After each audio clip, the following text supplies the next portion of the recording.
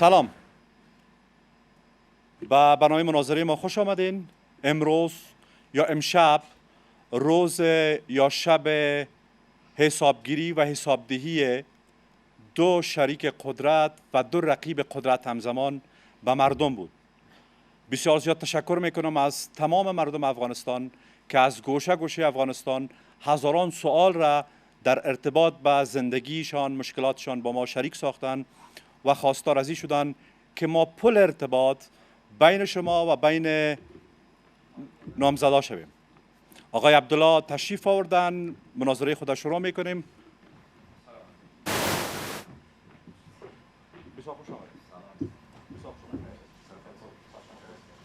سلام به همه. کجا میجه؟ بله بفرمایید.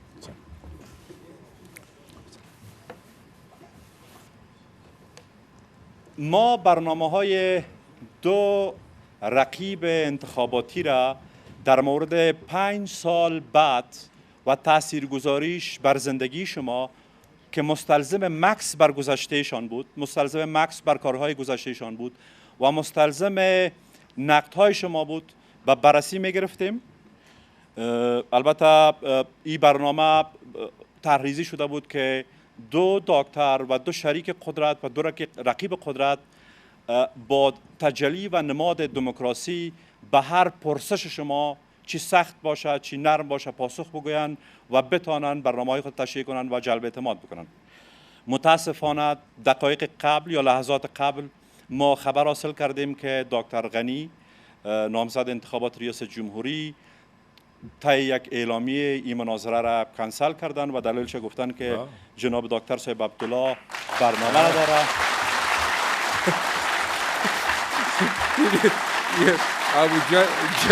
جایست که مردم کابل میگه.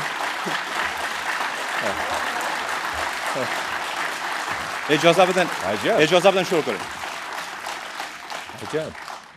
ای امو مردم کابل میگن بیشک. عجیب والله. البته تیم تشریفات ارگ ریاست جمهوری آمده بودن، PPS آمده بودن و از نظر تشریفات و از نظر امنیتی تامیل ازرم گاردای رئیس جمهور در تلویزیون آریانا بود. برنامه تا لحظه قبل هم هماهنگ بود، فقط دلیل را که در اعلامیه ارگ ریاست جمهوری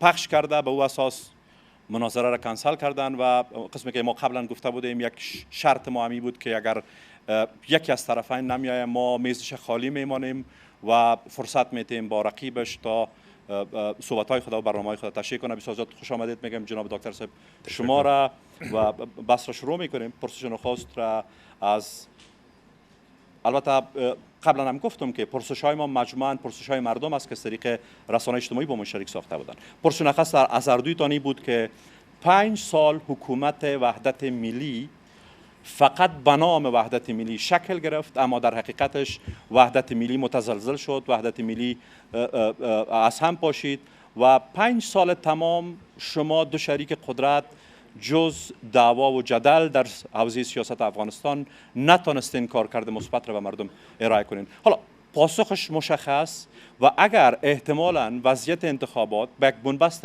منتج میشه که شرایط 2014 تکرار شود، آماده هستین که با قبول همچون حکومت پیش برین یا نه؟ بسم الله الرحمن الرحیم. تشکر از تلویزیون آریانا به خاطر فرصتی که ایجاد کردن. اما با کمال احترام باید خدمتتان بگوییم که مناظره امو کلمه‌ش هم دو نفر یا دو طرفه ایجاب میکنه. پس این مناظره به یک مصاحبه تبدیل شد و امی پرسش شما هم پرسش بسیار بجاست. این نمیجه بود که دکتر صاحب غنی ایجا تشریف می آوردن و به مردم افغانستان پاسخ می دادن که چرا یک فرصت استثنایی با وجودی که انتخابات تقلب هر چی که بود و ما یک رئیس جمهور منتخب نداشتیم برخلاف ادعای کونا میکردن و روزی که نتایج انتخابات از طرف کمیسیون انتخابات اعلان شد برنده اعلان نشد رئیس جمهور، اما ما اونا را رئیس جمهور خطاب کردم و زمینه برای ایجاد حکومت وحدت ملی و تحکیم و استحکام حکومت وحدت ملی را مساعد ساختیم و آمدیم 5 سال در این حکومت در جایگاهی که قرار داشتیم، به اساس موافقتنامه قرار گرفتیم. چی مشکلات شد، چی وعده خلافی های شد، چی تخطی های صورت گرفت، چی مشکلات و چی رنج را بالای مردم افغانستان تحمیل کردن. امروز می آمدن در اینجا جواب می دادن به مردم افغانستان. من ساعت 8:10 آمدم به مرکز شما، ساعت 8:10 و اونا از قبل یک سخنگویشان نوشته کرده بودن که در لحظه آخر چی میکنه؟ کنسل میکنه، احتمالاً عقب نشینی تاکتیکی میکنه. عقب نشینی میکنه که اصلا این قصدم نبود.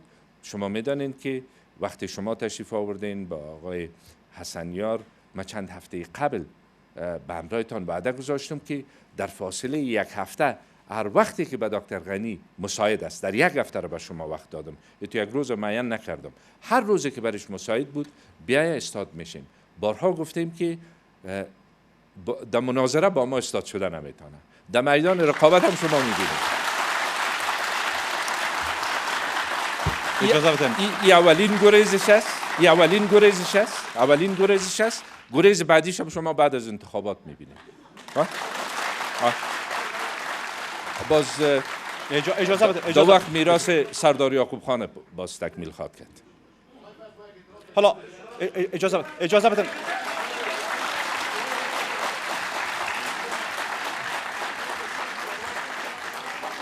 نه اجازه بدین که اینا تشریف ببرن.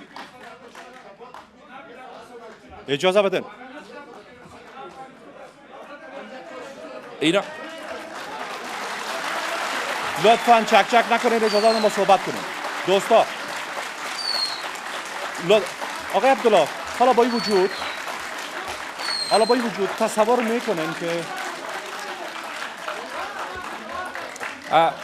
اجازه میدین لطفاً اگر کسای لطفاً از همراهای دکتر صاحب غنی اگر میخواین تشریف داشته باشن میتونن تشریف داشته باشن، اگر میخواین تشریف ببرن میتونن تشریف ببرن. میایم سر پرسش‌ها. دوستا را خواهش میکنم که فضا را حفظ کنیم. میایم آقای علمی، میایم.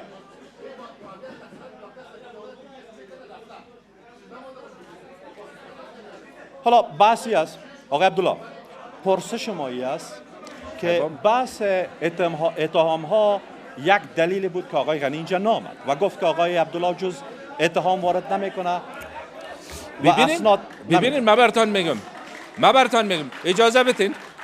اگر من اتهام وارد میکنم و آدم هم زبان داره جواب بده، بغینیش اتهام است، ایجاش نادرست است و این نمیشه جایش است. او خود نمیشه که باز آل فیسبوک چلاونکای خود فعال بسازه باز بگه به این خاطر یا به اون خاطر. این نمیشه جایش است. خلاص ختم. چی شما گفتین از ابزارهای حکومتی، فرمانهای غیر قانونی و فرمانهایی که بیشتر جنبه انتخاباتی یا کامپاینی داره، در کدام موارد مشخص؟ من خدمت شما میگم فرمانهایی که جنبه کمپاینی داره. یک نهاد است که بررسی میکنن نقاط ضعف و زمینای فساد در نهادهای دولتی و حکومتی و ما به همراه اینا همکار بودیم. ریاست اجرایی همیشه به همراهشان همکار بوده. در همین اواخر یک حکم را رئیس جمهور صادر کرد که سارنوالی، امنیت ملی، فلان برن و وزارت خارجه را بررسی کنند، چون مک یک گزارش دادن. مک درباره وزارت معادن گزارش داده، درباره دیگه وزارت ها گزارش داده، اما تو یک فرمان در موردش داده نشده. من یک مثال میگم براتون که همین چیز است. در این حال یک حکم رئیس جمهور نشر شد، پیشنهاد از وزیر مالیه که وزارت مالیه و منابع عایداتی از تمام بررسی ها مستثنا می باشه. این فرمان غیر قانونی است. او فقط گفتم که امروز یک گریز بسیار جانانه کرد. انشالله در دیگه میدان روبرو میشیم. این میدان انتخابات، لطفا اجازه بدین صحبت کنم دوستا. این میدان انتخابات امروز مصاحبه است، امروز مناظره نیست. گفتم خدمت شما که مناظره رو اونا کنسل کردن و مناظره هم لفظش هم 2 طرف ایجاب میکنه. مصاحبه هم است که شما هستین و ما هم در خدمتتان. این نمیجه محلش بود که رئیس جمهور بگوید که ما کاغذ پرانی کردم، ما کاغذ پران بازی کردم، این چیلک انداخت، باز من برش جوابش میدادم. در یک مسابقه آدم هر چیز گفته میتونه. امروز اگر ما بخوایم، ما ضرورت فضل خدا ندارم که باز به اتهام برم، چرا این لیست کارنامه های جناب دکتر یک قدر هست که او ضرورت به این نداره که ما بریم مال به دنبال اتهام. اما مثل دو کاندید اینجا می آمدیم. امروز از من تلویزیون طلوع وعده گرفتن که آیا ما حاضر هستم که در شب آخرین روز کمپاین های انتخاباتی که بعد از او فرداش باز تعطیل می باشه کمپاین ها، در مناظره شرکت کنم؟ گفتم بله. گفتن موافق هستین که اگر آقای حکمتیار هم بیان؟ گفتم 100 مرتبه. چرا؟ بالاخره همین پروسه مردم سالالی را همین آدمی که میگفت من حساب میتونم و حساب میگیرم، بیا همینجا حساب بگیر از ما، بیا همینجا حساب بده به مردم افغانستان. ما شنیدم امروز که دور برش گرفته بودن که بلیاز خدا نری که بیاب میشی طرفای چاشت. باور نمیکردم که در همه طور یک مسئله، متاسفانه این بار می مسئله برق هم باعث شده که بیشترین بیننده هایی که علاقه دارن این فرصت نداشته باشن، اما با باور نمیکردم که با این تو یک چیز رو بروشه. دلیل بزرگ رد مناظره آقای غنی به قبل خودش در اعلامیه نبوده برنامه ها است. حالا ما 5 سال خیلی بد را در حکومتداری تجربه کردیم. بیایم از حکومتداری، چیزی را که شما در درون دیدین، آنچه که تجربه خوبه برای بعد شد، برنامه های بعدیتان و کدام شکاف ها در درون بود که با توجه به او حکومتداری خوب یک برنامه خوب تن کنه. من بازم تکرار میکنم که جایش همیشه بود که میگفت شما برنامه نداشتین، من برنامه داشتم. خب جناب دکتر غنی، نتیجه برنامه اینمی وضعیت است. خودت میگی که من بسیار خوشحال هستم که 50,000 نفر از نیروهای دفاعی امنیتی ما شهید شده در این کشور. فقر در کجا قرار داره؟ بیکاری بیداد میکنه، اعتیاد، ناامنی، تمام این مسائل باعث سرخومندان اعلای کشور. من برتان میگم هم به حکومتداری ارتباط میگیره، هم به وظایف دفاعی امنیتی. شما میتونید اینو چک کنید. از همین خاطر حالا دیگه مجبور هستم چون مصاحبه است ما باید شاهد بیارم. یک تصمیم نادرست گرفتن در مورد ولسوالی پرچمن. پرچمن یک ولسوالی است که من به یاد دارم از دهه 90 وقتی که طالبان پیدا شدن، از او زمان خدا شهادتش قبول کنه سلیم مبارز در اوج کلان مردم بود. از همون زمان این منطقه آزاد بود تا زمانی که طالب ها سقوط کردند در افغانستان. از همون زمان به نسبت هوا و هوس چند نفر دور بر ارگ توطئه کردند، به اوج حمله کردند. 280 نفر از نیروهای دفاعی امنیتی و مردم افغانستان به شمول کماندو به شهادت رسید. این چی وقت شده؟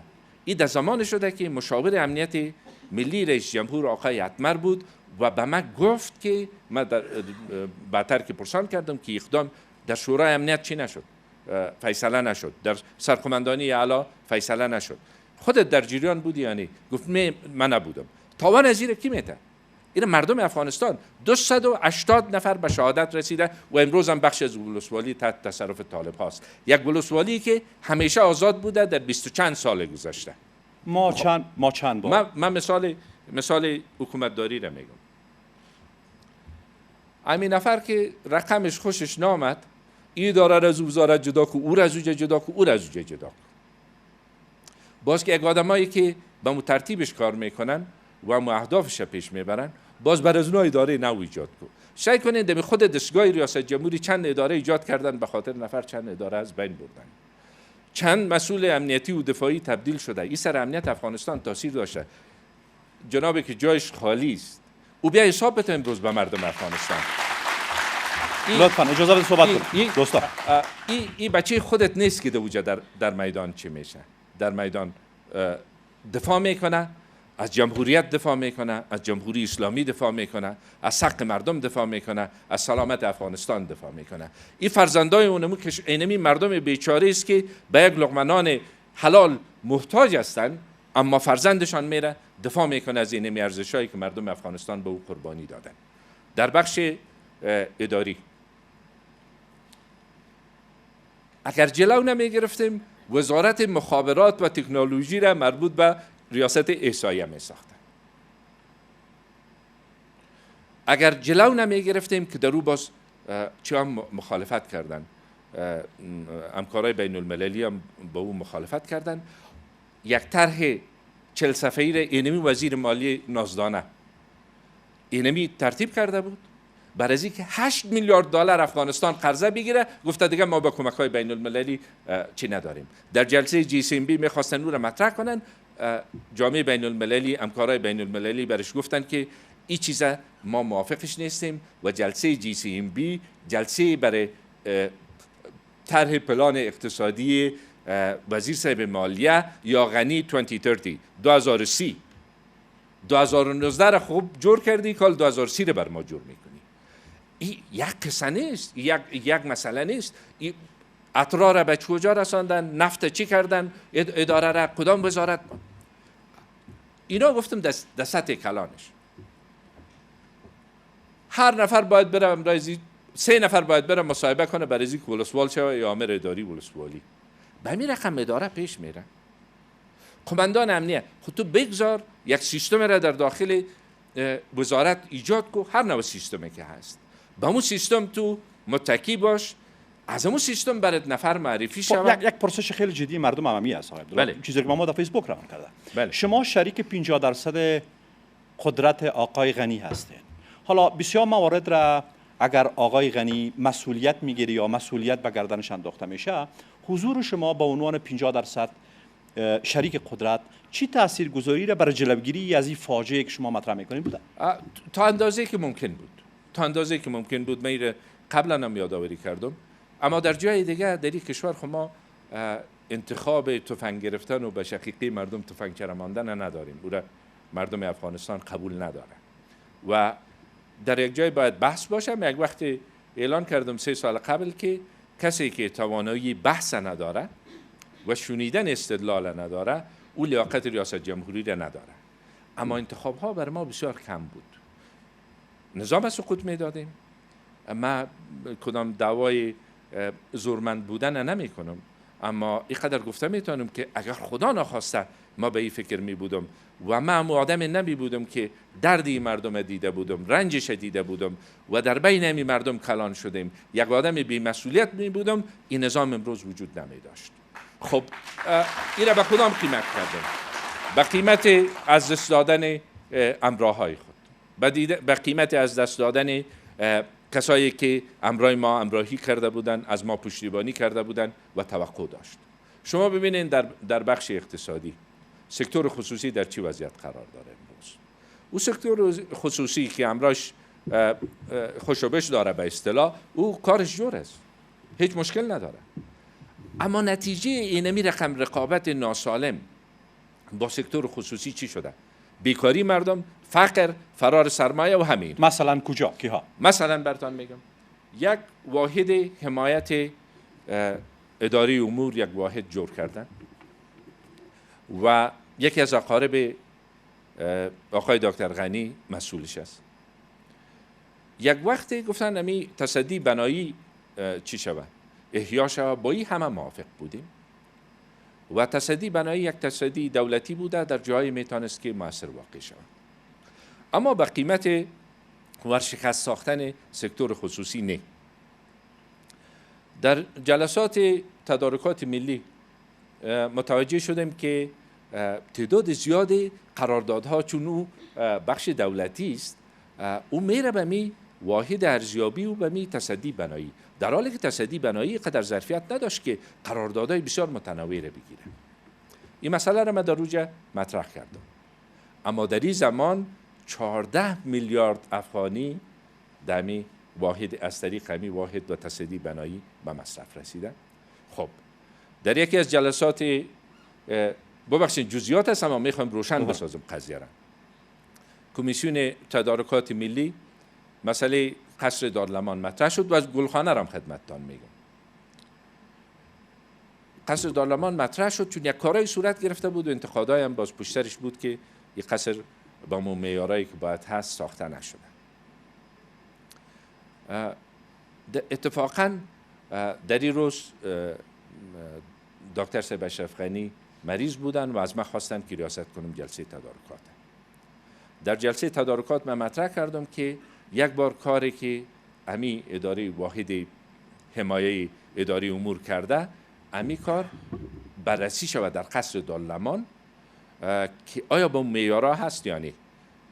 گفتم تقاضا شود از وزارت اطلاعات و فرهنگ، از اداره یونسکو، اگر مؤسسه آقاخان همکاری کنن چون اونا اون بخش فرهنگیشان در این قسمت چی داره. خب این فیصله تدارکات است اما تا امروز عملی نشده و بعد از اون فکر میکنم تنها یک جلسه کمیسیون تدارکات صورت گرفته و اینا. از این میگذریم بیایم یک بنای تاریخی دیگر همی گلخانه. در روزی که قصر گلخانه در شبش آتش گرفته بود، من در ریاست جمهوری بودم. امو زمانی بود که همی کمیسیون نو انتخابات اعضایش چه میشد با سران سیاسی و احزاب مشوره میشد که آیا کمیسیون گذشته لغو شود، اعضای جدید انتخاب شود و اینها. و روز قبلش رئیس جمهور در روجه ملاقات داشت امرای معاون صاحب اول ریاست جمهوری و امو چیره بخاری دیواری را فعال ساخته بودن.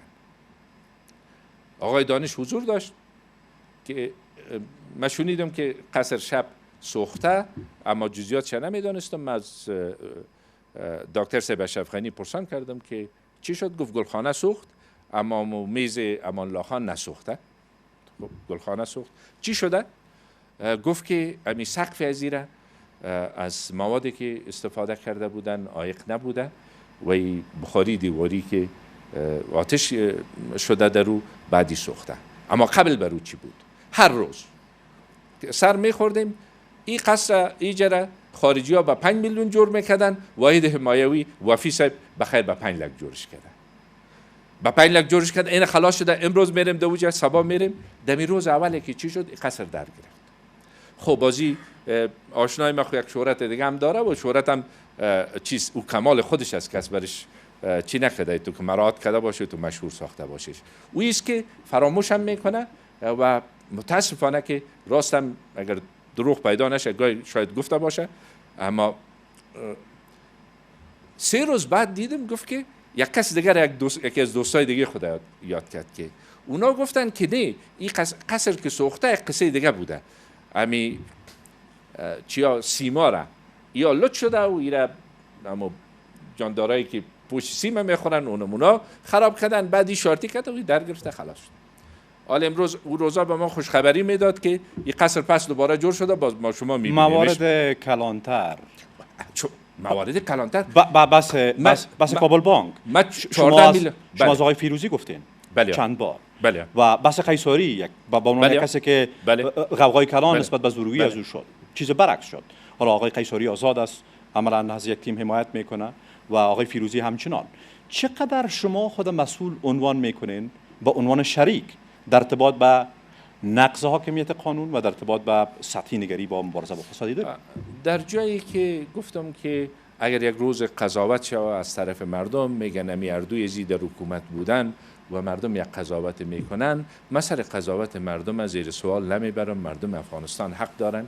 میگن ما به تو رأی دادیم، تو بالاخره در یک جای آمدی یا رأی هم ندادیم. در یک جای آمدی باید جلوگیری از این مسائل میکردی. امیال شما بگوین مسئله همین 2 مسئله را که شما یادآوری کردید. با رئیس امنیت ملی پیشین صحبت کردم که مسئله آزادی قیصری، چرا یک وقت دیگه در یک شرایط دیگه مردم می آمدن که با قیصری ببینن در اید گاهی واقع میشه. اگر کس تحت لفظ باشه باید یک اجازه برای پایواز برش داده شود. در این قسمت محدودیت بود. اما موسفیدا گفتن که ما خبرش میگیریم کدام گپ نظامی و امنیتی امراش نداریم. اگر امی کم سهولت باشه بر ما خصوصا در ایام عید و عید رمضان هم که بود. رئیس امنیت پیشین وعده کرد که این کار میشه و همونطور شد. بعدتر وقتی که شنیدم که بحث آزادیش است گفتم از رئیس امنیت تضمین گرفتم که این کار صورت نمیگیره. گفت نه. خب بالاخره بعد شنیدیم که همین کار شد.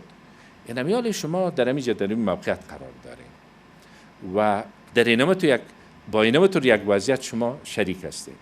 با کسی شریک هستین که حالا که باعث رقیب انتخاباتی حساب می شدم در روز زمان، اما دیگه با تیم خود چی کار کرده، با کسایی که او را به ریاست جمهوری اما بخش رأی که وجود داشت مربوط به اونا بود، با اونا چی کرد؟ حالا شما مسئول بودین، شما شریک بودین، شما مسئول بودین تا تیمش صلاحیت نداشته، شما صلاحیت مساوی نداشتین با اساس توافقنامه. گفتم که صلاحیت اگر ما رو پس دوباره با مشوقهای قدیم ما میبرین که تفنگ بگیریم و صلاحیت تحمیل کنیم و تعمیل کنیم و یک گپ است.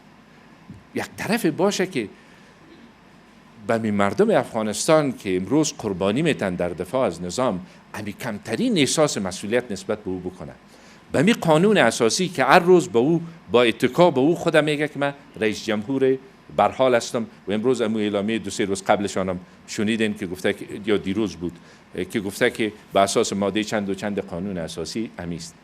یعنی یک کسی خوب باشه که راه صحبت به همراهش باشه و در صحبت یا قناعت کنه یا قناعت بده. مثل همین صحنه امروز افغانستان، شما میچاره را به ما بگوین که در اینمی شرایط چیز. من گفتم که مردم افغانستان که در دفاع از نظام قربانی میتن و حق دارن که مرا مساوی ملامت کنن. این نگرانی ها را به هوادارای شما هم برمیگردن آقای عبدالله که اگر این انتخابات، چون آقای غنی در رأس قدرت است، تمام امکانات و ابزارها هم به قبل شما به دستش است و از منابع دولتی هم به قبل شما استفاده میکنه، اگر بالفرض بر اساس ادعای شما 2 بار جام زهر نوشیدین به خاطر منافع ملی یا مصلحت ملی، این بار عین سناریو تکرار میشه، چقدر امی توان یا امی اطمینان بر هوادارتان داده میشه که شما واسطه کنه؟ در قدم اول این بار میدان اعلام کرده گریخته نیست، در میدان در صحنه نیست. در قدم دوم امروز الحمدلله تیم ثبات همگرایی حلقه وصل تمام اقوام افغانستان است. در اینمی محفل من نام نمیگیرم، دلته دغه اشخاص حضور لري چې د خپل سر په بیه د ډاکټر غنی نه دفاع کړې ده او هغه ته د رای زمینه مساعد کړې ده. په دغه مجلس کې دغسې پیژندل شوي شخصیتونه حضور لري چې اوس هغوی دغه نتیجې ته رسیدلی دي چې چا سره چې مګر تر پرونه تاسو رای نه درلودله؟ تاسو تر پرونه چې دغه شراکت هم قبول که تاسو رای نه ووړی له 50 سنه ټیټ ویا مجبور؟ نه خو معلومداره خبره دغه خو بیا وروسته تبصرې شوي دي، بررسیګانې شوي دي، کتابونه لیکل شوي دي پکې. هغه خو زما پلویان نه وو، کسان خارجیان چې کتابونه پکې لیکلي دي، او وزیر صاحبان وروسته چې خبرې وکړې نبیل صاحب یا نور کسان، هغه خو معلومدار خبره وو. هغه په هغه کې هیڅ سوال نشته، زه فکر نه کوم چې هیڅوک سوال ولري. اندېښنه هم دلته ده. پرون هم تاسو ادعا کوله چې موږ د خلکو رای درلودلې، نن هم دا ادعا لرئ چې د خلکو رای موږ لرو، اما که یو بل عنصر تعیین کوونکی واوسي، تاسو څنګه کولی شئ چې بیا دا دریم ځل لپاره خپل حق وشئ اخیستی؟ دو ټکي ته اشاره کوم. اول خدا ده چې انشالله به تمام قوت انشالله از تقلب جلوگیری میکنیم. یکی دفعه پیش هم ما گفتم که حکومت تقلبی را قبول نمیکنیم، اما در اون وقت چندین خطر افغانستان را تهدید میکرد، چندین خطر. قوای خارجی در حال برآمدن بود، داعش دوباره تازه تبارز کرده بود، طالب ها هم دست بالا داشتن و در افغانستان هم متاسفانه می شخصی که امروز اینجا حضور نداره از مسائل قومی و انگیزه های قومی استفاده میکرد. این را به معنای پشتو و فارسی و برده بود، میخواستن ببرن امی قصه را به اون طرف و قصه افغانستان تبدیل شد و خدا ناخواسته به یک نزاع داخلی. یک انتخاباتی که برده شده بود به ناکامی مطلق بر ما تبدیل میشد. خب این قصه اونمو کسی است که یک کسی است که احساس مسئولیت میکنه در برابر مردم، در برابر خدا و در برابر مردم و وطن خود، و یک کسی که هیچ نوع احساس مسئولیت نداره. امروز بخش دوم قصه را که بگوییم، شما مشرقی را ببینین، جنوب افغانستان را ببینین، جنوب غرب افغانستان را ببینین، شمال و مرکز افغانستان را ببینین، کلانترین شخصیت های از اوجه، حرکت های مربوط، مجموعه قومی اقوام کشور امروز آمدن و حمایت خود از تیم ثبات همگرایی اعلان کردن و این سلسله دوام هم میکنه. فردا شما شاهدش میباشین. اگر شما برنده میشین بر اساس رأی شما بالفرض و تیم مقابل شما قبول نمیکنه، بازم مسائل ملی مطرح میشه، بازم توجیهات مطرح میشه. من نقطه رو براتون میگم که نقطه منظورم چی بود که من گفتم که در اون وقت اونا میتونستن این توانایی را داشتن که نشان بدن که این قصه خدا ناخواسته مسئله قومی است و بالاخره در عین یک بحرانی که افغانستان قرار داشت یک بحران دیگه وارد میشد. امروز من یقین دارم که در هیچ گوشه افغانستان بهانه رأی برش وجود نداره که با سر از بهانه بازو حساب کنه بگه که ما دوجه رأی بردیم و امکان بردش نیست و تمام مردم افغانستان در برابرش استاد میشه و برای یک لحظه در اون چوکی که با تقلب رفته شده اما ما احترام منافع مردم افغانستان نکردیم دیگه کس برش اجازه نمیده. چی خواهد شد؟ ما اول تقاضا میکنم که خواب تقلب دوباره را نبینه. خواب تقلب دوباره را نبینه. یک. دوم ایرم به تمام مردم افغانستان اطمینان میدم که تیم ثبات همگرایی اما کسایی که گفتم حمایت کرده بودن از دکتر اشرف غنی اونمو با همین تعهد با ما آمدن که این بار دیگه جای حوصله نیست. این بار باید که حق مردم بله چی خواهد شد؟ هر چیزی که میشه مسئولیتش به این آدم گریزی و این آدم تقلب‌خوار و دروغگو. آنچه که اجازه بدید دوستان لطفاً چک نکنین، بگذارین که ما بحث مصاحبه است برادر. بگوش هر کس دل خود خالی مردم بسیار حوصله مردم گرفته کتی آدم ای تنها اینا نیستن. خودت ببین در دورترین نقطه دخوستن خلق راغلو ول لدین وروس مش دیکتاتوری نمنو خلاص نغوالو این توقع را گفتم که آقا عبدالله آنچه که برمیگرده به حال بگوین مک یک گزارش به قبل شما سیاسی ساخت. رئیس جمهور مک سیاسی نساخته ببخشید. مک این گزارشات داره. گزارشات توصیه‌ای است که باید وزارت و نهاد مربوطه و امراض کار کنه. و ما چیز امی قصه را خدمت شما بگویم. ما به دکتر اشرف غنی مطرح کردم که اگر یک بار ما با امی همکارای ریاست جمهوری وزیر صاحب خارجه یک جای بشینیم مسئله تطبیق توصیه‌های مکه است این کدام مشکل نداره و یک قسمتش قبل از است که نشر شده این توصیه‌ها عملی شده. امی که ببینین قصه حل است. امی وعده شد متاسفانه باز کدام گپ دیگه در دماغ زد علل حساب یک فرمان نوشته کرد که امنیت ملی فلان فلان فلان برن. شما این فرمان را چالش کردین، تعلیقش کردین. ما این فرمان را چالش کردیم. اجازه میدین چی میشه؟ اگر فرمان غیر قانونی و کمپاینی خلاف قانون اساسی کشور و قوانین کشور صادر شود مردم افغانستان به مقاومت در برابر فرمانهای غیر قانونی و نافرمانی مدنی دعوت میکنه.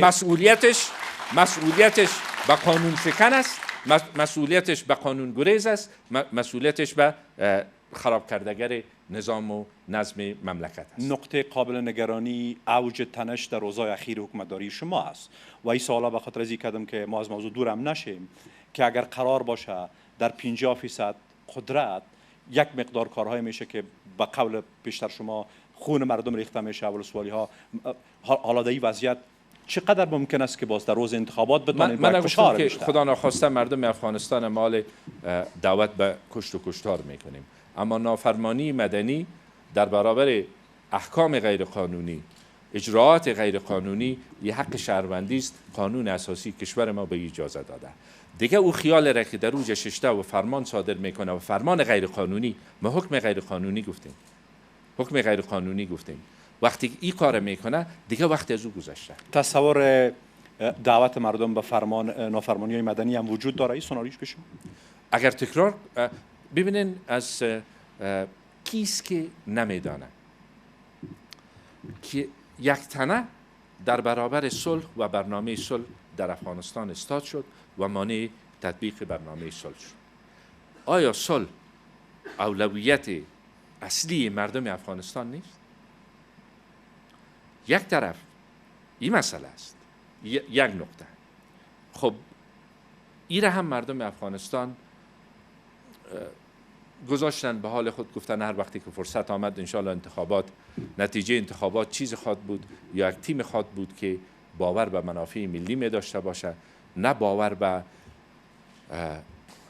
افراد دوره بر خود که بعد اونا سرمایه دار شوند و از سرمایه و از خون مردم افغانستان سرمایه دار شوند و بعد برن بیرون و وطن در حال خود بانه. من پیشتر مسئله قرضه ها را به شما یادآوری کردم. اینم تو یک وضعیتی است که در کدام جلسه مشوره شده که افغانستان 8 میلیارد دلار دیگه قرض بگیره. طبعا پارلمان افغانستان را قبول نمی‌کرد اگه این کار میشد، اما ما هم از اطلاع نداشتیم. ما از طریق همکارای بین المللی خبر شدیم که وزیر صاحب مالیه یک طرح 40 صفحه‌ای را ساخته و گفته که دیگه افغانستان به چی ضرورت نداره. اینی طرح خودکفایی افغانستان است، قرضی 8 میلیارد دلاری از دنیا تقاضا میکنه که او رد شده. بس برنامه خیلی بحث مهم است. ما میپردازیم به دلیلی که حکومت هم اعتراضا را که شما برنامه ندارین، جدا جدا در 5 بخش: حاکمیت قانون و حکومتداری خوب و بحث صلح و جنگ و بحث برنامه سیاست خارجی شما. اما قبل از او برمیگردیم بازم به پرسش مردم که اگر شما در درون توانمندی جلوگیری از کارهای فراقانونی یا غیر قانونی یک شریک را ندارین با تمام ابزارهای حکومتی، چطور ممکن است به وسیله مردم در روز انتخابات یا در روز عدم پذیرش نتیجه انتخابات بتونین این فشار را وارد کنین به او و او را مجبور کنین که بره کنار؟ فکر میکنم که همون مرحله و قوت مردم هنوز با آزمایش گرفته نشده و اینا هم فکر میکنن که شاید با استفاده از امکانات دولتی، سوء استفاده از قدرت حکومتی میتونن که کار ادامه بدن. من امیر خدمتتان میگم که پیش خدا و پیش مردم افغانستان باز مسئول نخواد بودیم اگر روزی اینا به این کارهای خود ادامه بدن و بخواین که به این ترتیب باز دوباره باز در ختم 5 سال بگوین که من افتخار میکنم که 5 لک نفر به خاطر من شهید شدن. این قصه نیست که مردم افغانستان این را اجازه بده. ما یک مرحله را سپری کردیم. ارگ ریاست جمهوری افغانستان که یک جایگاهی بود که با نام نیک باید از او یاد میشد، شما میدانید که به چی تبدیل شد، به چی بدل شد. درباره تبصره‌هایی که صورت میگیره، باز مردم افغانستان اینقدر مردم با عزت هستند، در یک جلسه خصوصی که میشینیم سرش بحث میکنن، اما نمیخواین که عزت اونمو جایگاه را دیگه صدمه بزنن. این کار ما دید. خب وقتی که هیئت چی تعیین میکنی، هیئت بررسی تعیین میکنی، روان کو در که امی قصه یک ادعا شده یک بررسی شود، امون نهادها بررسی کنن. شریک انتخاباتیش در مورد آقای فضلی ادعای تقلبای انتخاباتی و دست زدن به چی کرد، به کار انتخابات پارلمانی را کرد. آله در پهلو شریک انتخاباتیش است. اینا مسائل است که گفتم خوب بود که در جمعی بود، اما از من و شما خواهش من است که مصاحبه داریم ما و شما و وقت دیگه وقتش چی کنین؟ بر خودش بتین. وقت بر خودش بتین و وقت خودش هم وقت را که باید گپ میزد یک دو سه چیغ مس میکنین. خو خیر باز سبا کنم وقت پیدا خواهد شد. من امروز شنیده بودم که امی آیت شریفه که امروز باز دوباره نادرست خواند، اقرا بسم ربک الذی خلق، امیره اقرا بسم ربکم خواند. و یک بار دیگه هم شاهد بودم که در روز معلم در مکتب در لیسه نجات گفت من به یک معلم افتخار دارم که این کلام الله شریف با امی آیت شروع شده و اموجه هم نادرست تلاوت کرد. گفتن که به بسیار مشکل یک آیت را به حافظه سپرده بود که من انتظار داشتم که امور بشنوم و به فال نیک بگیریم که انشالله از این به بعد دیگه باز دروغ و دروغگویی و عوام فریبی و ترا نیست. خوب چانس از دست ما رفت، پناه ما هم به خدا.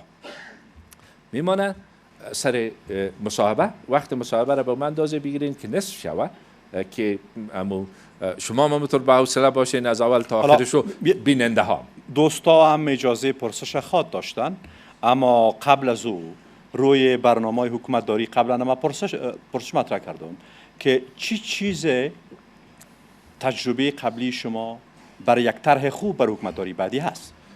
برای حکومت داری اولین مسئله تطبیق قانون است و مراعات قانون. و اگر در جای در قوانین مشکلات است، در مقررات مشکلات است اصلاح قوانین. یک تعهد و پایبندی به قانون قدم اول است. قدم دوم تقویت نهادهاست که نهادها دائمی هستند و میمانند، اما حکومت‌ها، وزیرها، مسئولین میان و میرن.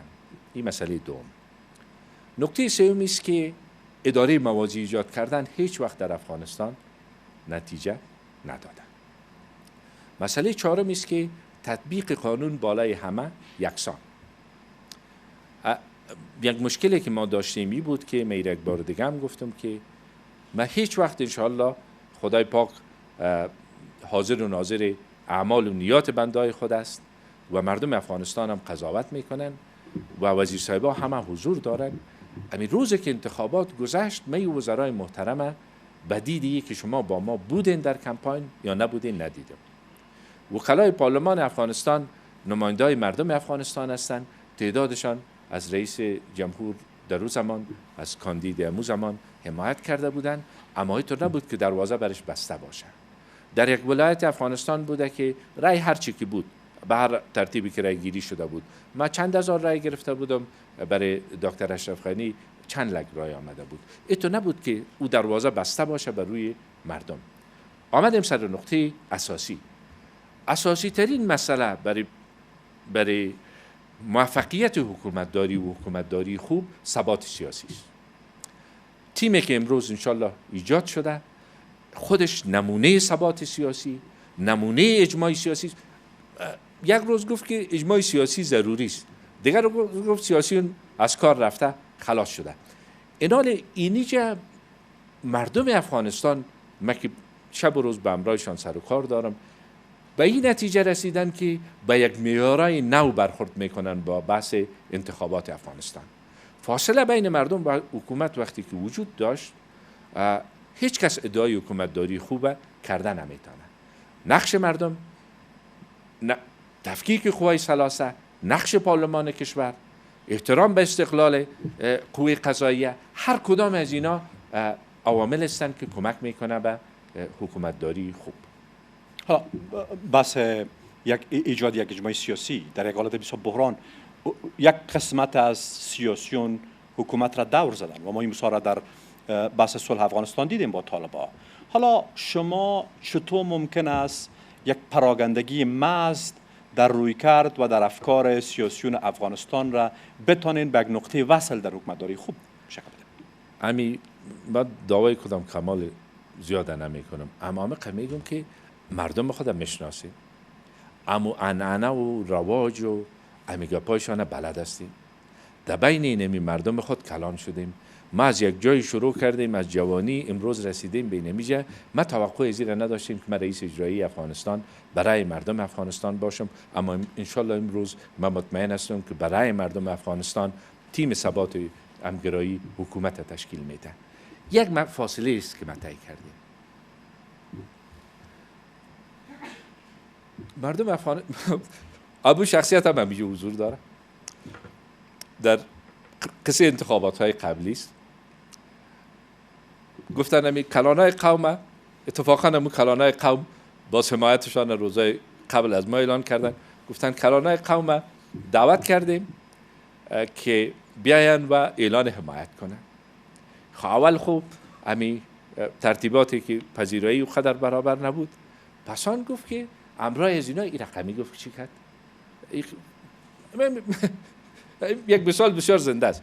گفتیم چی گپ شده؟ گفت که چرا تو شده؟ اون نفرم بسیار جگرش خون بود که گفت من پیش مردم بالکل چیز گفت اینا رو پس بردم، من دعوت دادم این مردم و گفت که امیر رقمی میکنه.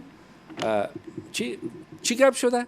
اما یک انفلوئنزا آمده بود و یاد و بیرونا یک مشاور خارجی را دعوت کرده بود اینا که برشان مشوره میداد در کمپاین. اونم گفتن که مردم قول نتی که گپت خراب میشه، تو به رئیس جمهور شدنی هستی، اگه کار کردی اون از اون رقم انفلوئنزایی که نامش هم نمیگیرم از اون میگیرید. دروغ نیست، قصه واقعی راستی اینمی قصه شده. اینمی رقم آدم میتونه اجماع سیاسی در کشور چی کنه؟ تو با دهقان کشور به زبان دهقانیش باید صحبت کنی، با دانشمندش، با همین نام متفکر خود دیگه کس خود متفکر نمیگه در کشور. اگه کسی باشم میگه برادران ما را بس است. او خوب به اوج رسید. این قسم آدمی که هیچ ندیده اینمی ملک و اینمی مردم بلد نیست. مردم افغانستان بسیار مسائل را نادیده میگیرن، اما عزتشان برشان مهم است. شریکای شما آقای عبدالله، آقای صالح تا یک حد زیاده با شما بود. کلیپای شما داریم که از شما حمایت میکرد و گفت که با هیچ قیمت بالای تعهد آقای عبدالله با تیمش نخواد رفت. تعداد زیاد دیگه هم دوستام رفتن. حالا اگر بحث مردمداری است، چرا از اونا رو شما اونا رو من پیشترم در جواب یک سوال دوست دیگه ما گفتم که در بسیاری موارد ما اونا رو حق میتم، اما ما به اصطلاح پای سر گرده خود ماندیم به قیمت آزرده شدن رفیقای ما. نظام امراهای ما نظام نگاه کردیم. چرا رفتن؟ بله؟ چرا رفتن؟ گفتم که اما حتی خواستهای مشروعشان هم به خاطر لجاجت یک نفر برآورده نشد در حکومت وحدت ملی. اما هیچ وقتی را تصور نکنین که در این مملکت ما اینطور یک راه و امراهی داریم که باز میشه در کارهای سیاسی در این مسائل حرفای پیدا میشه. ما هم انشالله همون ظرفیت و توانایی را دارم که چیزی که پیش مردم ملامت باشم، پیش امراهای ملامت باشم، قبولش کنم، بگویم که گناه ماست.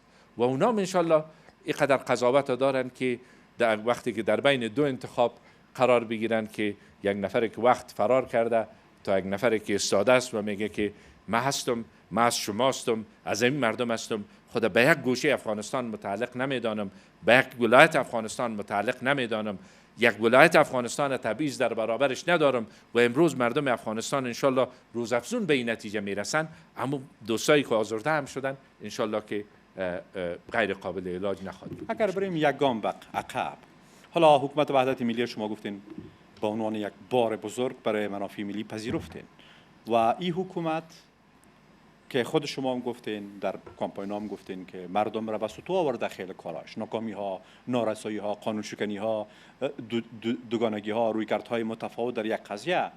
چقدر پشیمان هستین از امضای یک حکومت که نتانست حداقل به هدف برسد؟ نه، بازم من گفتم که اگر انتخاب بین خراب شدن افغانستان و بین یک رنجی که شخصی به ما بود با یک قسمت تاوانشان بالای مردم آمد، اما او تاوان کمتر بود، او تاوان تا خراب شدن افغانستان. وقتی که در این تو انتخاب قرار گرفتم، انتخاب ما بسیار واضح بود. از اون مسئله من پشیمان نیستم. تکرارش هم ممکن است. تکرار از این به نسبت شرایطی که امروز آمده اصلا ناممکن است، تصورش هم نمیره. حالا خب من براتون میگم، من یک مصاحبه چی را شنیدم، یک مصاحبه را دیدم در نمیدونم در چلستون بود یا در چلستون بود، با یک رئیس جمهوری که او به یک روان درمان سایکیاتریست ضرورت داره که برش اشاره کنه که صدایت بلند کو، در صف اول بشینه در وقت مصاحبه. این ثبات مملکت را نگاه کرده میتونه، این ثبات سیاسی را نگاه کرده میتونه، این اجماع سیاسی به میان آورده میتونه. این قصه خود قصه من نیست. مصاحبه چرا شما ببینید مصاحبه ما یک عنصر بیرونی تعیین کننده داریم آقای عبدالله. در 2014 علاوه بر توجیه مصلحت عامه یک فرد اینا دیگه سوالایی که به اونام نگاه کرده بودن کلش از من میکنن. نوش جان تو. یک فرد مقتدر به نام آقای جان کری آمد. بله. و به قول مردم یک حکومت آمریکایی ساخته شد، چون دست هر دو را بالا کرد.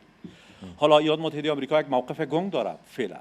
چقدر فکر میکنین که خارجی ها و در رأس ایالات متحده آمریکا تعیین کننده است برای تکرار همچون سناریو مثل 2014 یا متفاوت است؟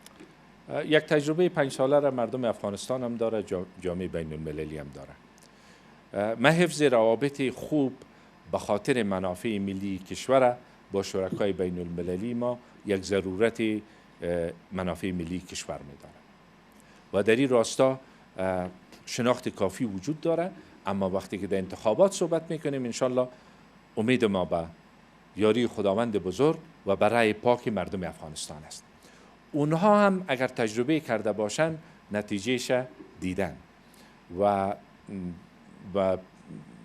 بسیار مسائل است که برای گفتن دارم. باز موقع دیگه خاطر رسید انشالله سرش صحبت خواهد کردیم.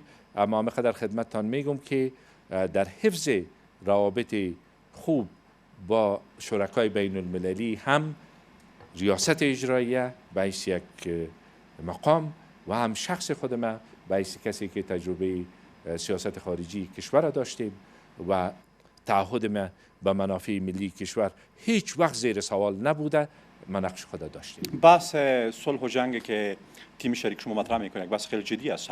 8 تا 9 دور مذاکرات نفسگیر آمریکا با طالبان، در نهایتش اتهاماتی که از او طرف وارد میشه ای است که شما تا آخر خط با اونا در همسوی اونا رفتین خاموشانه و یک تعهدی که شده بود است که شما در رأس اداره موقت قرار میگیرین و به مو اساس هیچ اعتراض نسبت به محتوای متن تفاهم نامه نکردید. وقتی که بحثای میشه به شکل همونطور باعث بحث، این بحثا شده در بین مردم افغانستان هم شده.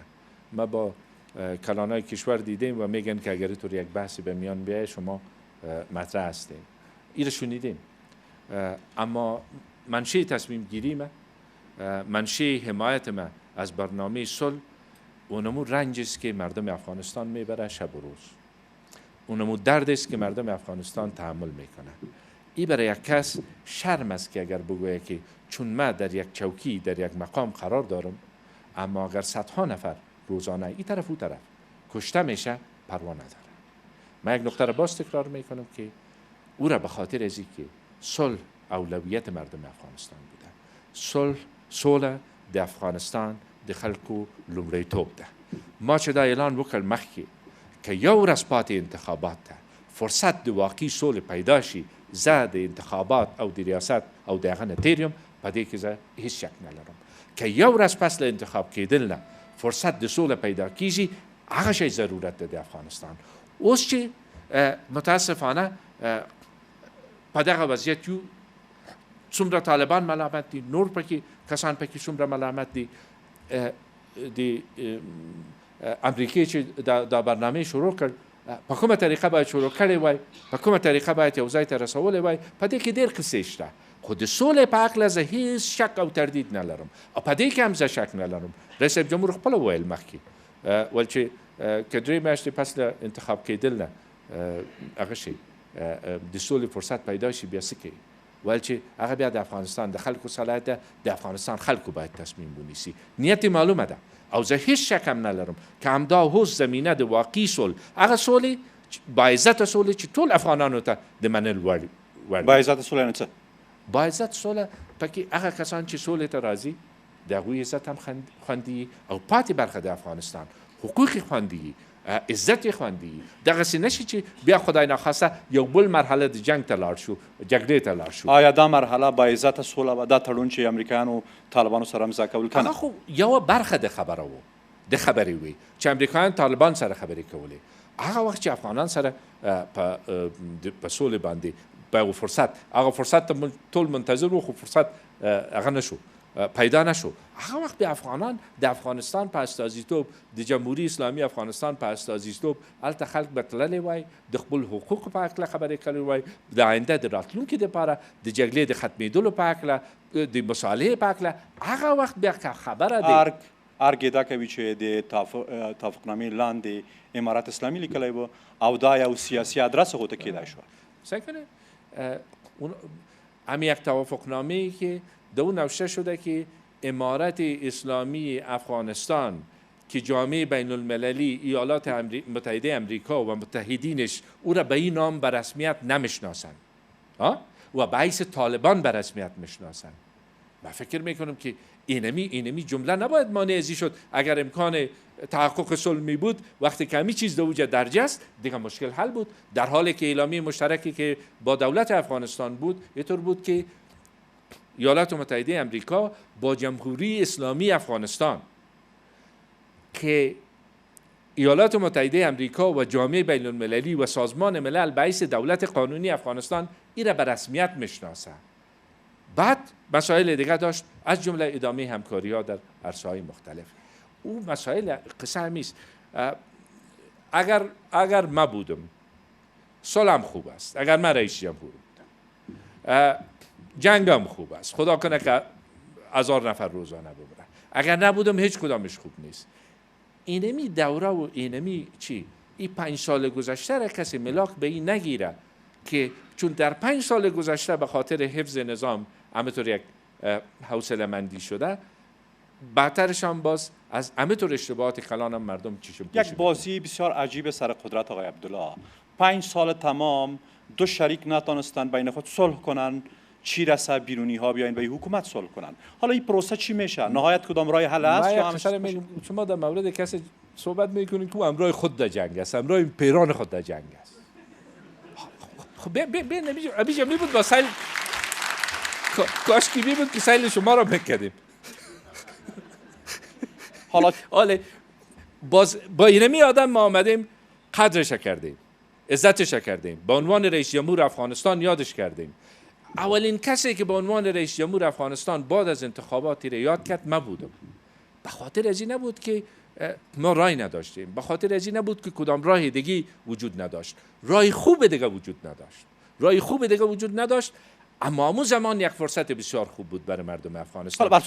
اجازه بدید وقتی که تمام کسایی که رای داده بودن نداده بودن یک جای بودن در حکومت، قدر از این رو باید میفهمید.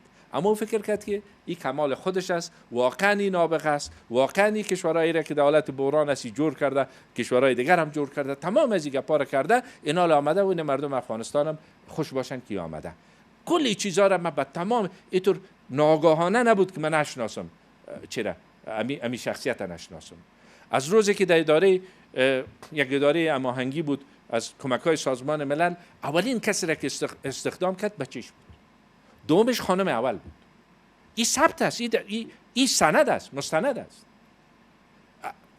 وقتی که اینم تو یک وضعیت هست، اما در پالوش اینم تو یک کشورم هست که ما امیر خراب میکنیم. خدا نخواسته یک جوان کنر، همیشه من یاد میکنم یک وقتی در سال 2008 مردم کنر بزرگاش ما دیدم، در بینشان یک جوانم بود، در آخر گپ در یک توته کاغذ به من یک چیز نوشته کرد، گفت اگر جور کدیش نمیتونی خرابش نکن. واقعا امی آویزه گوشم شد که اینمی یک جوان به می رسیده که اینمی یک امکان داره که راه جور شدن ازی باشه، اما امکان ازی وجود داره که اگه این را بند شوه یک آدم میره خراب کنه. یک آدمی که به خراب کردن مملکت، به خراب کردن، گفتم همین نامی که امروز سر ارگ ریاست جمهوری گذاشته شده، همین نام کدام وقت دیگه سر ارگ دمی دوره در همین 40 سال گذشته رژیم‌های مختلف آمده، اما تو یک نام سر ارگ بوده. اما آمده این با اینما تو یک آدم، یک روز قومای احمدزی بودن، نه قومای کوچی بودن، گفتن دیگه مدال طلا میتن، ما میلونگی عزت به سرت میمانیم به خاطر حوصله. افتخار کردم به این که مردم افغانستان امروز از او گپ برآمدن. او گپ نمیگه که قومم است، خوب است، خوبش هم خوب است، خرابش هم خوب است، میگه چیزی که برای افغانستان خوب است اونو برای من خوب است و امروز ان شاءالله مردم افغانستان به این نتیجه رسیدن. پس از سال در مصاحبه آدم حق می داشته باشه که بگه تشکر دیگه، بس شما بس ما بس یار زنده و صحبت باقی. چطور بحث سال چون مثلا خیلی زیاد مهم است، میرویم بحث سال جمع کنیم. باز فکر میکنم چون ما به فکر مناظره آمده بودیم. بحث سال آقای بحث سال یک مسئله سرنوشت است. تعداد زیاد کسایی که اینجا امروز شیشتن مطمئن هستم که خیلی کارهای خود به دلیل ابهام در وضعیت بعدی انجام نمیدن تا جور شدن یک دیوار ساده. حالا با این وضعیت چی میشه؟ وقتی ترامپ توییت میکنه که ما جنگ تشدید میکنیم، به این مفهوم است که تمام نبض جنگ ما در دست ایالات متحده آمریکاست. و وقتی خلیلزاد ابتکار صلح میگیره، به این مفهوم است که تمام نبض صلح ما دست آمریکاست. آیا کدام برنامه مشخص و ظرفیت ایجاد یک برنامه مشخص در این حکومت برای صلح هست یا نه؟ در این حکومت منظورتان نمی 2000 حالا منظور ما از شما در این حکومت 2002 و اگر در صورت پیروزی شما پیروز میشه. خب حالا که انتخابات در 12 روز باقی مانده، واقعی بینانه نیست که بگوییم که من موقفم گفتم که اونا موقفشان در مورد صلح چی است و نیست و همون واقعیت است و تبلیغات هم نیست.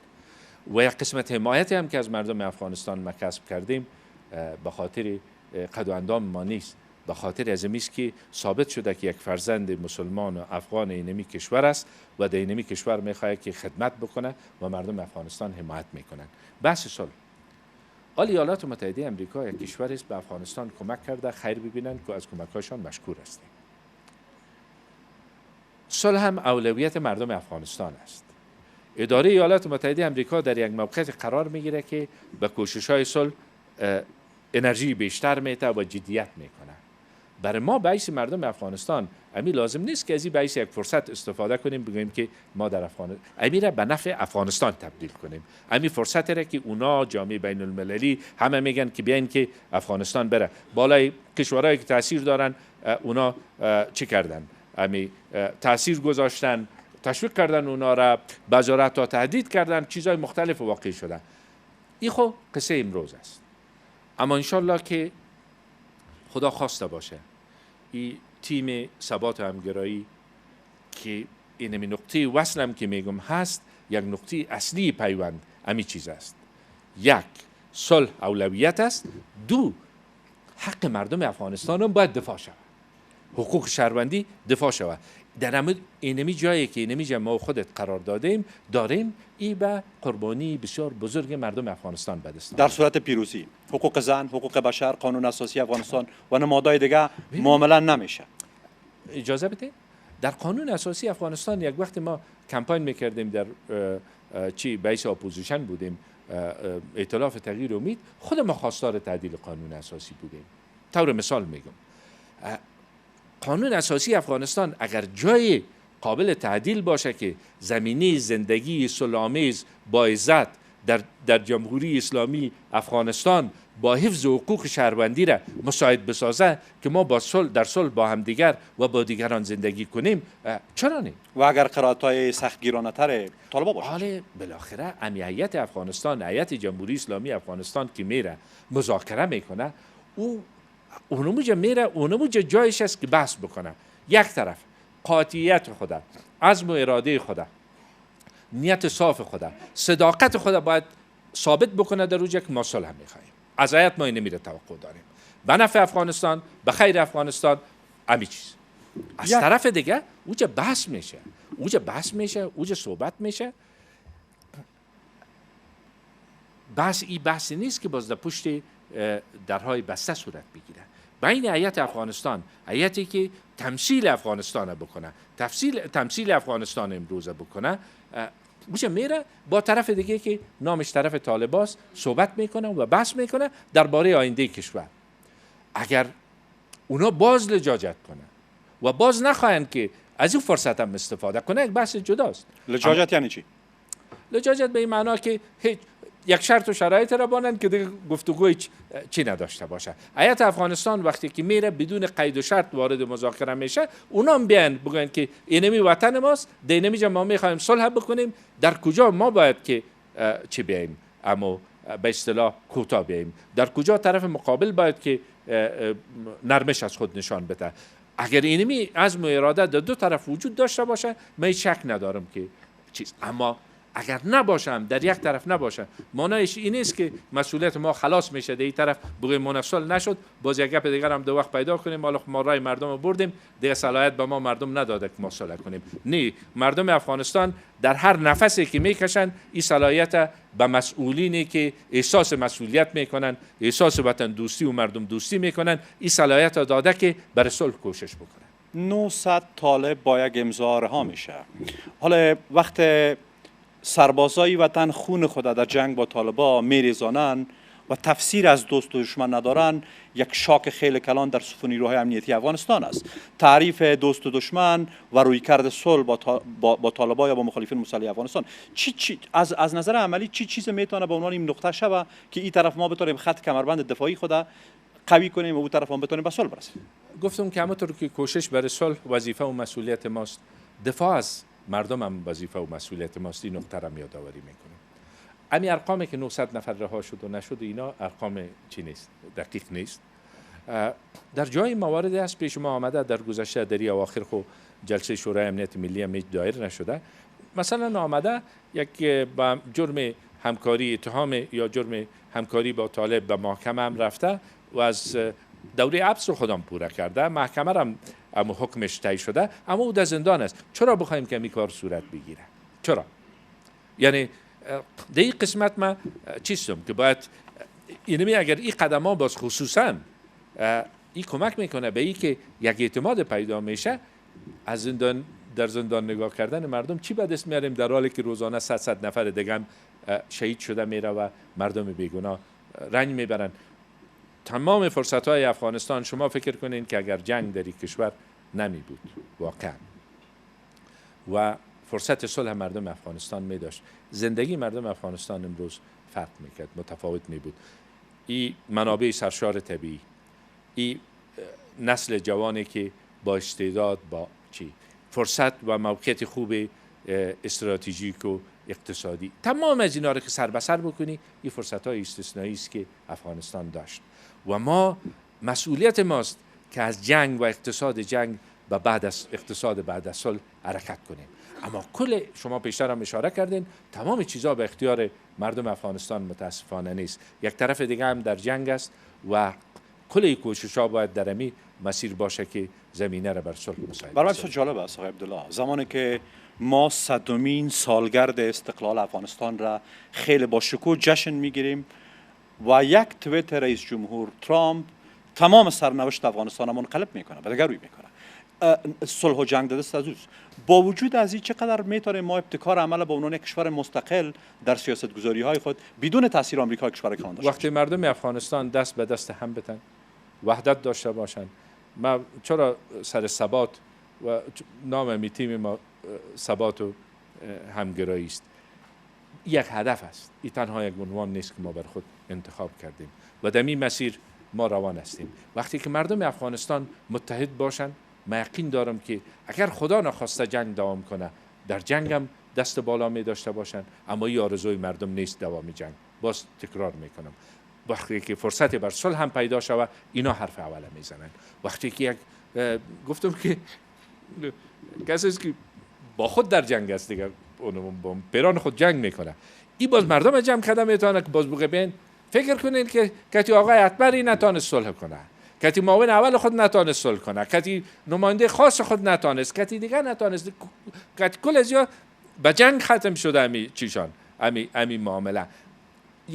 یک شریک حکومت وحدت ملی را که گفتم رنج نیم عالم بر خود هموار کرد که همین نظام سقوط نکنه، با این نتانست کار بکنه. این باز میره با ملا هیبت الله آخوند یا کس دیگه صلح میکنه. خو یک چیز فکر کرده بود که بعضی کسا از خود یک تصور دروغین می داشته باشن و در همون غرق میشن، باز در همون میمانن.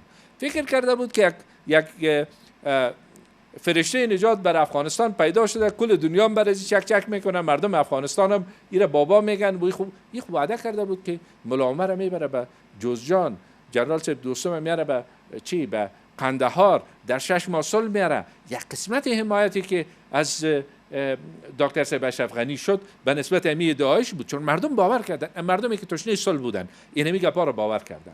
اما همه قدر هست که حال فهمیده که اینمی گپا رو دیگه مردم باور نمیکنه، فهمیده که امروز در برابر مردم باز پاسخگو نیست. در بخش اقتصادی پرسش‌های زیاد مطرح شد از جانب دوستا. بحث آقای فیروزی را پیشتر مطرح کردم، اما در کنار از او یک چیزی که غوغا برانگیز شده، دعوای حقوقیش شرکت لوکوزای و برادرایش که بیشتر گفتم میشه سیاسی ساخته شده و 4.5 سالی دعوا جریان داره بنابر دلیل حمایت‌های سیاسی در درون حکومتی به عقب انداخته میشه.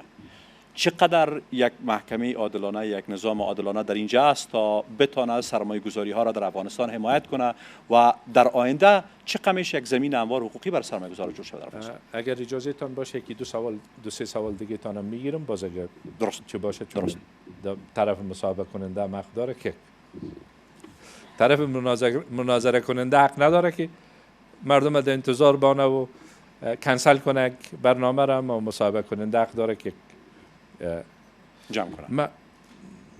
بخش خصوصی یک دلیلش که رشد نکرد و باز نتیجه از او فقر بیشتر، بیکاری بیشتر و اینا شد، با بخش خصوصی هم برخورد دوگانه صورت گرفت. یک بخش خصوصی است که اقلیت تشکیل میده، کارشان جور است، دسترسی دارن، میشناسن، همه را میرسانن خود به یک جای و هر چیز به هر طریقی خواسته باشن به نفع خود و به میل خود دور میدن. یکی بخش خصوصی دیگه است که با زحمت، با تلاش، با تکلیف، با وطن دوستی، با صداقت، اما یک سرمایه کم خوده که او را میتونه در بیرون از او خوبتر استفاده کنه. او احساس وطن دوستیش است که چی است شو؟ آب است. تو یک رقم خودت اسکورت کردن که من فکر کردم من این چی رو بگم. تشکر. نه.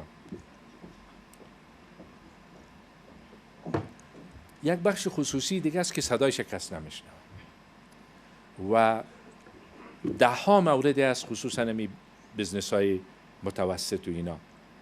مواردی بود که مثلا یک کس یک دو اراده لاری داره، ترک داره، جریمه سرش قدر آمده بود که 3 چند امو قیمت موتراش میشد و این جریمه مضاعف اضافه شده میره. هر قدر که کوشش کردیم با وزارت مالیه که این مشکل حل کنیم، این نفر بیکار میشه، موترش به قیمت نصف فروخته میشه و چی تو هم مالیه هم پرداخته نمیشه. تا 3 سال این کار صورت نگرفت، 3.5 سال. صدها و هزارها بزنس به این ترتیب، من مثال موتردارا را گفتم، هزارها بزنس این رقم بسته شد. برای یک نفر تمام زمینه ها مساعد است، هیچ نوع سوال در موردش وجود نداره. PPS از میدان هوایی امرایش میکنه تا به کوتی باغچه، در اموجه یک شب سپری میکنه، قراردادهای خود بسته میکنه، میخیزه میره. امی آقای الکوزی که شما یادآوری کردید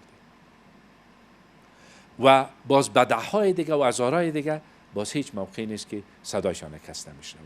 ما تا که تانستیم در این بخش کارهای اجرایی از جمله در کمیته پرایسک به می مشکلات بخش خصوصی توجه کردیم. دلایل ازی بر شما معلوم است چرا؟ بله؟ دلایلش معلوم است چرا دوگانه برخورد میشه و با این امتیاز کلان؟ مسائل منافع شخصی است، مسائل است که او پول به جیب اقارب، به جیب دوستا، به جیب نزدیکا میره، اونا ترتیبات خود دارن، با همگی سلسله خود دارن. هیچ چیز پوشیده نیست. امروز گفتن که 300 میلیون دلار سرمایه گذاری میکنه. در روزای اول کابینه بود در امی نزدیک میدان هوایی کابل، بعضی از وزیر صاحبا تقریبا 2 دست خود بالا کرده بودن در امو چیکی 300 میلیون دلار میاد. چرا 3 سال بعد پرسان کردیم که چی شد 300 میلیون دلار یک قران سرمایه گذاری نشد؟ امو بود که باز پارلمان افغانستان دوباره تصمیم گرفت در موردش که قرارداد چی شد، لغو شد. کس دیگه آمده 80 میلیون 100 میلیون دلار 200 میلیون دلار سرمایه گذاری که در پول از بیرون آورده. از امی روز اول در صدد فسخ قرارداد هستند، چون با او طرف یک معامله جداگانه صورت نگرفته. اینا واقعیت است که امروز مردم افغانستان دیدن و حداقل گپ امی بود که ریاست اجراییه یک مرجع شنیدن صدای امی مردم و مردم مظلوم دیگه که اینم طور ظلم سرشان شده بود و هست. حالا یک چیزی که در ارتباط به وعده های 2014 امروز آقای غنی نامد که مناظره میشد، متاسفانه خیلی پرسش ماند و بسیار خوب میشد که این پاسخ هر دو شریک با هم میگفت. آقای غنی از ایجاد 2 میلیون شغل گفته بود به مردم و از تغییر دسترخوان مردم، اما شما هم در کنارش وعده داده بودین برای تغییرات. حالا ساختن وعده‌های ما عملی بود. از همین خاطر میگفتن کی برنامه نداره. این تو برنامه ما نداشتن که 5 میلیون خانه جور میکنیم، بازی 5 میلیون خانه باز 5 نفر کارگر زندگی چی کنه، کار کنه، در کدامش 15 میلیون میشه. آنچه که عملی شد و آنچه که میتونه اجازه میده. بعد باز متفکر آمد رئیس جمهور شد دیگه. قانون اساسی با رئیس جمهور بود، تصمیمات یک اداره گرفته میشد. او چیزی که ما برنامه داشتیم طبعا او عملی نشد، دی شکی نیست. اما وعده‌های ما وعده‌های عملی بود تا وعده‌های هوایی. و بازم میگم از زبان یک نفر قومی و کلان قومی کشور گفت که دکتر صاحب هر کاری که میکنی وعده هوایی دیگه به مردم افغانستان نتی که مردم خسته شدن از این وعده های هوایی. خیلی ناانصافی ها شد. شما هم مثال دادین چند تا را. حالا اگر شما پیروز میشین در انتخابات، برای تعدیل و اصلاح یک بحران تمام عیار در حوزه اقتصاد و ناانصافی هایی که شما اتهام میبندین، چی چیز میتونه راه حل باشه؟ یک طرح مشخص از شما. گفتم که من روی یک نکته همیشه تاکید میکنم. اگر بحث امنیت است، اگر حکومت داری است، اگر اقتصاد است، که خب اقتصاد در حال جنگ یک وضعیت است و هیچ مدل توسعه برای کشور در حال جنگ و جنگ هم قدر جنگ وسیع وجود نداره. مدل توسعه برای کشورهای بعد از جنگ، در کشورهایی که در صلح هست وجود داره. افغانستان به همون نسبت یک فکر وطنی کار داره، یک فکری از بین خود این مردم کار داره. یک وقت اونم یک نفر دهاتی میاد یک نظر بسیار بهتر میته از یک کس دیگه که او شاید در عرصه دکترا داشته باشه. یک بخش کار است. ثبات سیاسی لازمه همه چیز است و اگر خدا خواست و صلح در کشور آمد، اقتصاد بعد از صلح کشور کاملا شکل دیگه می داشته باشد.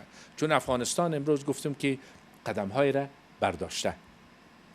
اقتصاد تولید میوه، اقتصادی که سر رشد سکتور خصوصی چی در عرصه زراعت چی در سایر عرصه‌ها متکی باشد، سر اتصال واقعی منطقه، نه ای که ما منطقه را وصل کردیم از کارته پروان تا از ارگ تا چی تا خیمه لوجرگه به هلیکوپتر میریم. این کس باور کس نمیه که این افغانستان سبب وصل منطقه شده باشد و همین فرصت هایی که است و در دراز مدت در کوتاه مدت سرمایه گذاری روی اقتصاد زراعتی کشور و روی صنایع کوچک و متوسط در کشور برای از اینکه کشور بره برای تعویض تولیدات. حالا ما امروز آردم از بیرون میاریم، سمت هم از بیرون میاریم، آهن هم از بیرون میاریم و یک قسمت حتی سبزیجات و میوه هم ما از بیرون میاریم. خب ای که باز در این قسمت ها افغانستان یک چی داره، یک امتیاز داره. افغانستان میتونه که با سرمایه گذاری کم راه طولانی را طی کنه و همچنان وقتی که در مورد تعویض واردات میگم گفتم اینی امتیاز افغانستان است، اما در وقتی در رابطه به دراز مدت صحبت میکنیم منابع طبیعی کشور ما اینا امیدواری برای بهبود وضعیت دو مدل اقتصاد. اما اقتصاد ما بر اساس قانون اساسی اقتصاد بازار است. در این حال مانع از این هم نیست که دولت در جای که ضرور است نقش نداشته باشه. امروز ما جلسه شورای وزیران داشتیم، بخش گدام ها یا سیلوها که در سابق میگفتن اگر در این قسمت دولت با بخش خصوصی یک قسمت خطره که متوجه سرمایه گذار است به گردن نگیره، سکتور خصوصی هیچ علاقه نداره که در این بخش سرمایه گذاری کنه. پس معنایش چی میشه؟ معنایش این میشه که دولت و توانایی و قدر سرمایه گذاری را نداره که همه کار بکنه و با حفظ و مراقبت و شیاش بخش سکتور خصوصی در اینجا او هم چی نداره، برش مفادآور نیست. وقتی که نیست این کار در جاش میمانه. ضربه از زیر کی میخوره؟ دهقان. ضربه از زیر کی میخوره؟ مستهلک، کسی که از مو تولیدات استفاده میکنه. ما بیشتر از 95% کسری بیلانس تجارت داریم. حالا برای عبور از این طبیعی است که بس شما تولیدات باید رشد کنه و زمینه فراهم شود برای جلوگیری از واردات اقلام مشابه در افغانستان. آقای غنی مدعی است که ما افغانستان نقطه وصل ساختیم از بود اقتصادی، میخوایم از بود اقتصادی منطقه را آرام کنیم و دهلیزهای هوایی جور کردیم و کارکردها. آیا این برنامه ها دنبال میشه؟ این برنامه ها دنبال میشه یا نه؟ با چی طریق؟ برنامه هوایی نه. منظورم از دهلیزهای هوایی نیست، هم گپایی که کلش هوایی است. دیگه گپام گفته شده. من خودم شاهد بودم. حالا که میبودن من میگفتم از یک کشور سفر کرده بودن آمدن گفتن این کشور 15 میلیارد دلار به افغانستان کمک میکنه.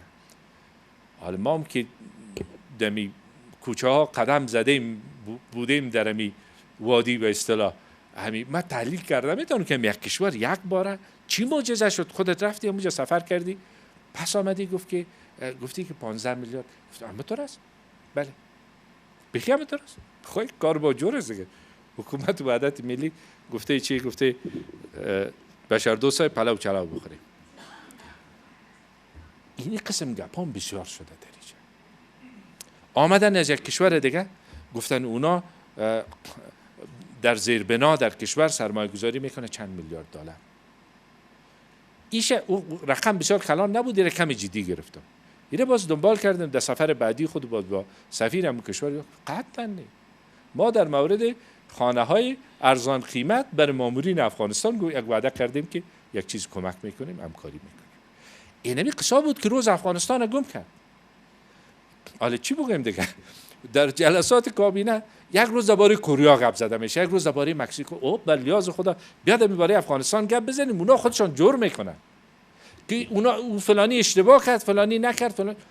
اینمی وقت افغانستان در اینمی رقم تیر شده.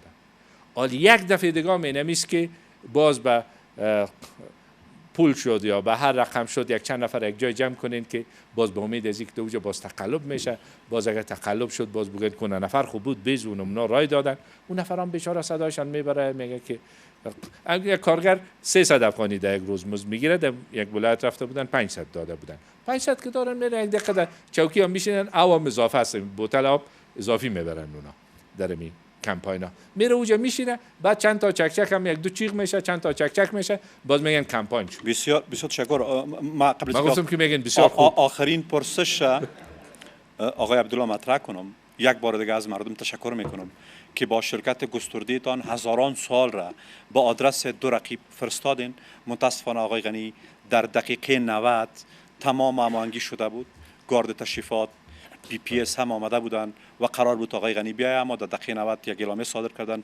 این بحث ناتکمیل ماند به قول آقای عبدالله و دبیت یا مناظره نشد. پرسش اخیر تقریبا 100 پرسش از گوشه‌های مختلف آمده در مورد تلفات ملکی است. یک فاجعه خیلی بزرگ. ما زمان دارسی میریم، یک انفجار میشه، صدها نفر کشته میشن. حالا 4 برادر در ننگرهار از جانب تروریستا کشته نشدن، از طرف حکومت افغانستان کشته شد. در میدان وردک 7 عضو خانواده در حمله هوایی ناتو کشته شد و ده مثال دیگه از این وجود داره. آیا فکر برای کاهش تلفات ملکی هست؟ چی باید کرد؟ دو نکته. بازم من در نکته اصلی که وقتی که ما میگیم که باید به صلح برسیم، همین دلیلی که شما گفتین و صدها دلیل دیگه وجود داره. درست است؟ همین دلیل مثالایی که شما گفتین و صدها مثال دیگه وجود داره که اینمی روز پایان پیدا کنه در کشور. نکته دومی است که متاسفانه در جنگ اینی حوادث هم همگیش قابل اجتناب نیست، اما زیادترینش قابل اجتناب هست. در او جمع و تاکید لازم به نیروهای دفاعی امنیتی هر بار به تکرار صورت گرفته. یک وقتی بود که تلفات ملکی صورت می گرفت در اثر عملیات‌های در گذشته ها را صحبت می کنیم، نیروهای خارجی اصلا انکار می شد، اصلا باز یک معذرت خواستن نمیشد اینا. خب این مراحل گذشت، اما امروز که بیشترین مسئولیت نیروهای دفاعی امنیتی ما گرفتن، این ما باور دارم که نیروها به این قصد نیستن که اولاد مردم به قتل برسانند. اینا در یک موقعیت سخت در این کشور، شما پیشتر یاد کردین که با معسکری که می جنگه با سبا صلح شد یا اسیر آزاد میشه چی میگه. این باور بکنین که ما با این عسکرا میبینم، با خانواده هایشان میبینم، بیشترین شوق برای رسیدن به صلح امینا دارن. اونا میبینن که رنج می دوام جنگ اونا میکشن و خانواده هایشان و مو جنازه ها که میرن. این قسمت گپ اگر مربوط به چی باشه، نیروهای دولتی باشه، هیچ نوع تحمل نباید صورت بگیره. اما رهبری فوق العاده در فاجعه است. شورای امنیت تا 1 سال تدویر نشده به قبل یکی از منابع ما و قبل از انتخابات فقط یک جلسه به خاطر امنیت انتخابات شد. چقدر این مسئولیت ها بیشتر در رهبری گره میخورد ها سربازا؟ به سربازا من فکر میکنم خب در جایی که مثلا حادثه‌ای که در ننگرهار شد که گفتن اطلاع بود که اینا ارتباط داشتن یا کدام برنامه داشتن، وقتی که در اونجا رفته بودن خب 4 نفر دستگیر میشد، میامد تحقیق میشد.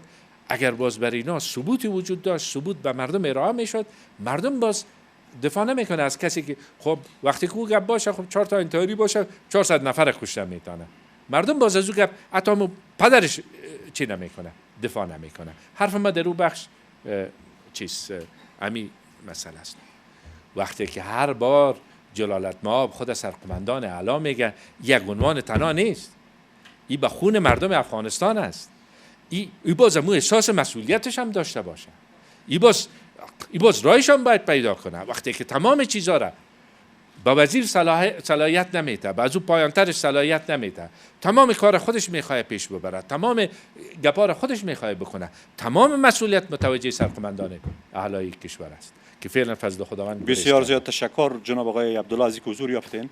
بازم تشکر میکنم از دوستایی که پرسشاشان از جناب آقای غنی پاسخ نیافت، اونا نآمدن و با آقای عبدالله در مناظره حضور نیافتن. تشکر میکنم از دوستایی که حوصله کردن تا با ما بودن.